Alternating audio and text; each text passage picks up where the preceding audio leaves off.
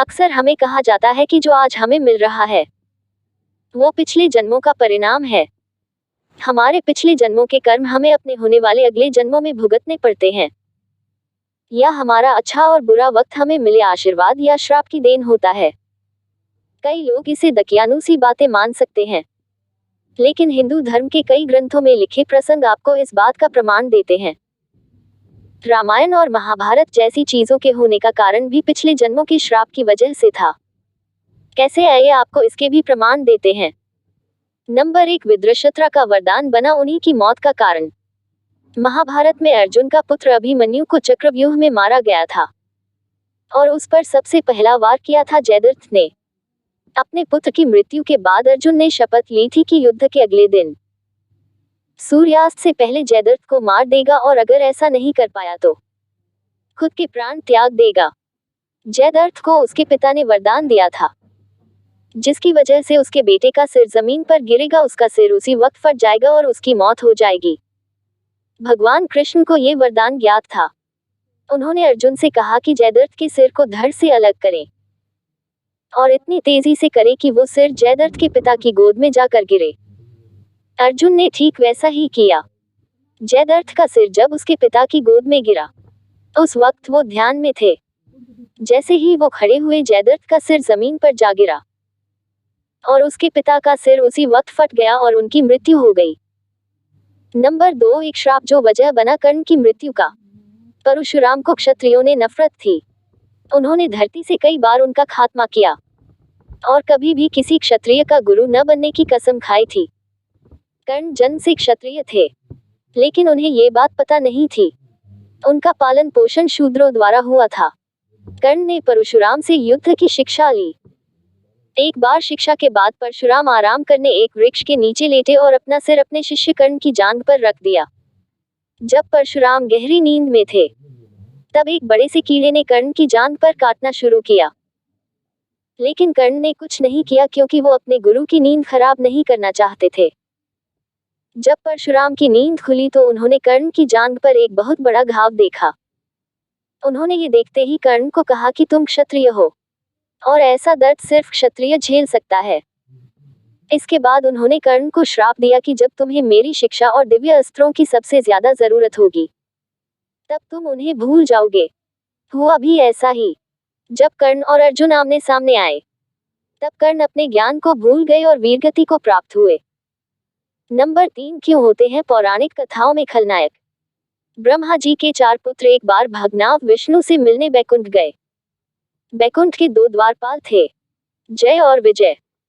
दोनों ने ब्रह्मा के पुत्रों को नहीं पहचाना और उन्हें अंदर जाने नहीं दिया। तब उन चोरों ने इन दोनों द्वारपालों को श्राप दिया कि वो अपने इस दैव अवतार में नहीं रहेंगे और धरती पर आम लोगों की तरह जन्म लेंगे। इस श्राप से बचने के लिए दोनों भगवान विष्णु के पास पहुंचे। भगवान ने कहा कि वो इस श्राप को खत्म नहीं कर सकते, लेकिन इसे कम कर सकते हैं, और उन्होंने दोनों को धरती पर 7 बार जन्म लेने का आशीर्वाद दिया, जिसमें वो 7 बार भगवान के दुश्मन और 7 बार भगवान के सबसे बड़े भक्त बनकर धरती पर जन्म लेंगे। पहले जन्म में हिरण्यकशिपु और हिरण्यकश्यप, दूसरे में रावण और कुंभकर्ण, तीसरे में दंतवर्का और शिशुपाल के रूप में इन दोनों ने जन्म लिया। नंबर 4, श्राप जिस कारण औरतों के पेट में बात नहीं पचती। कर्ण कुंती के प्रथम पुत्र थे और ये बात कुंती को शुरू से पता थी, लेकिन उन्होंने समाज के डर से किसी को ये बात नहीं बताई। जब महाभारत के दौरान कर्ण की मृत्यु हुई, तब कुंती ने अपने बेटों से इस बात को बताया। इस पर युधिष्ठिर ने कुंती को श्राप दिया कि आज के बाद कोई भी औरत अपने अंदर कैसा भी राज नहीं छिपा पाएगी। यही वजह है कि लोग औरतों को पेट का कच्चा कहते हैं। नंबर 5, अश्वत्थामा को भगवान कृष्ण द्वारा दिया गया श्राप। महाभारत की हार के बाद और अपने पिता की छल से की गई हत्या से गुस्साए अश्वत्थामा ने पांडवों के बेटों को सोते वक्त मौत के घाट उतार दिया, और जब अर्जुन ने इसका प्रतिशोध लेना चाहा तो उसने ब्रह्मास्त्र का उपयोग किया। इससे गुस्साए कृष्ण ने अश्वत्थामा को श्राप दिया कि वो धरती के अंत तक जिंदा रहेगा। इतना ही नहीं, उसके शरीर पर कोढ़ हो जाएगा और उससे हमेशा बदबू आती रहेगी। हर कोई उससे घृणा करेगा। कहा जाता है कि आज भी अश्वत्थामा इस धरती पर घूम रहा है। और कोढ़ी होने के कारण सबसे छिपकर जिंदगी जी रहा है। नंबर 6, राम का सीता से अलग होना। रावण अपनी तपस्या के लिए विख्यात था। एक बार रावण की मां अपने बेटे के वरदान के लिए तप कर रही थी। तभी इंद्र ने वहां आकर शिवलिंग को नष्ट कर दिया, जिसके बाद रावण को गुस्सा आ गया और उसने तप किया कि शिवलिंग की जगह वो अपनी मां के लिए धरती पर भगवान शिव को ले आएंगे। रावण ने तप करना शुरू किया, जिससे देवी पार्वती को डर लगा कि अगर शिव चले गए तो वो अकेले रह जाएंगी। उन्होंने मदद के लिए भगवान विष्णु को बुलाया। जब रावण शिव से वरदान में उन्हें मांगने वाला था, तभी विष्णु भगवान ने उसकी जीभ घुमा दी और रावण गलती से माता पार्वती को मांग बैठा। इस बात से गुस्साए पार्वती जी ने भगवान विष्णु को श्राप दिया कि वो भी अपने अवतार में अपनी पत्नी के लिए दर दर भटकेंगे और उन्हें अपनी पत्नी को हासिल करने के लिए इसी रावण से युद्ध करना होगा। इसी श्राप की वजह से सीता का हरण रावण ने किया और राम उनसे अलग रहे। नंबर 7, शिव की पूजा लिंग के रूप में क्यों? वरदान और श्राप देने वाले भी इन श्रापों को झेलते हैं। ऐसा ही हुआ था भगवान शिव के साथ। एक बार भगवान शिव और देवी पार्वती एक साथ अपने कमरे में थे। ऋषि मुनि भृगु शिव से मिलने उनके घर पहुंचे। उन्होंने दरवाजे पर कई बार दस्तक दी, लेकिन शिव ने दरवाजा नहीं खोला, जिससे गुस्साए ऋषि मुनि भृगु ने शिव को श्राप दिया कि आने वाले वक्त में कोई भी उनके असली रूप को नहीं पूजेगा और हमेशा ही उनके लिंग की पूजा की जाएगी। नंबर 8, रामायण और महाभारत के होने का कारण भी एक श्राप था। एक वक्त की बात है जब देवताओं और असुरों के युद्ध ने कोहराम मचाया हुआ था। इस युद्ध में सबसे ज्यादा नुकसान असुरों को होता।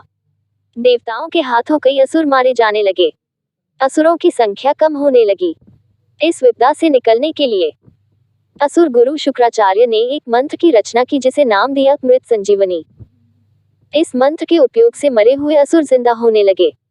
तब भगवान विष्णु ने एक चाल चली और मरे हुए असुरों को अपने शरीर में समाना शुरू किया। ये देख शुक्राचार्य की मां ने उन्हें ऐसा करने से मना किया। उनके मना करने और विष्णु भगवान के काम में बाधा बनने के कारण भगवान विष्णु को गुस्सा आ गया और उन्होंने अपने सुदर्शन चक्र से उनकी मां का गला काट दिया। जब ये बात शुक्राचार्य के पिता को पता चली, तब उन्होंने भगवान विष्णु को ये श्राप दिया कि उन्हें भी धरती पर बार बार जन्म लेना पड़ेगा और जीवन मृत्यु के चक्र को बार बार झेलना पड़ेगा।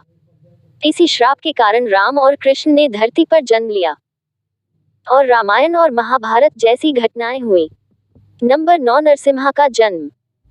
राक्षस हिरण्यकश्यप ने घोर तप से ब्रह्मा जी से वरदान हासिल किया था और वो वरदान कुछ इस तरह था, उसे न तो कोई इंसान मार सकता है, न ही कोई जानवर ब्रह्मा द्वारा जन्मा कोई भी उसकी मौत का कारण नहीं बनेगा, न ही कोई भगवान उसे मार सकता है, न ही धरती पर जन्म लेने वाले जीव जंतु रात में न दिन में उसकी मौत होगी, न ही अंदर और न ही बाहर उसकी मौत होगी, न ही कोई हथियार उसे मार सकता है, न ही ब्रह्मा खुद। इस वरदान को हासिल करने के बाद हिरण्यकश्यप को मारना लगभग नामुमकिन हो गया। देवताओं के बीच उसका आतंक बढ़ने लगा। उसने पूजा पर रोक लगा दी। जो भी हरि का नाम लेता, हिरण्यकश्यप उसे जान से मार देता। यहाँ तक कि उसने अपने बेटे को भी मारने की कई बार नाकाम कोशिश की। तब भगवान विष्णु ने नरसिम्हा के रूप में अवतार लिया। वो आधे इंसान थे और आधे शेर। वो खुद बने ब्रह्मा द्वारा पैदा नहीं हुए। उन्होंने हिरण्यकश्यप को दोनों पहर के बीच मारा, यानी शाम को। न तो वो सुबह थी न ही रात। हथियार की जगह उन्होंने अपने नाखूनों को इस्तेमाल किया। हिरण्यकश्यप को नरसिम्हा भगवान ने घर की दहलीज पर मारा। वो न तो अंदर था न बाहर। नंबर 10, कुत्ते क्यों करते हैं सड़कों पर संभोग? हम सब जानते हैं कि द्रौपदी के 5 पति थे। पांडव बारी बारी द्रौपदी के साथ समय बिताते थे। कोई किसी और की वक्त बाधा न बने, इसके लिए पांडवों ने एक तरकीब निकाली। जो भी द्रौपदी के कमरे में होगा वो अपनी चप्पल कमरे के बाहर उतारेगा, जिससे दूसरों को पता चलेगा कि कोई एक द्रौपदी के साथ कक्ष में है। एक बार 5 भाइयों में से एक द्रौपदी के साथ थे। उसी वक्त वहां भीम पहुंच गए और कोई चप्पल न देख वो कमरे में प्रवेश कर गए। उस वक्त द्रौपदी को दूसरे भाई के साथ देख भीम हैरान रह गए। द्रौपदी ने भीम से पूछा तो उन्होंने कहा कि बाहर कोई भी चप्पल नहीं थी। खोज के बाद पता चला कि वहां रखी चप्पल कुत्ता उठा ले गया था। इसके बाद द्रौपदी ने कुत्तों को श्राप दिया कि वो जब भी संभोग करेंगे वो अकेले नहीं, बल्कि दुनिया के सामने करेंगे।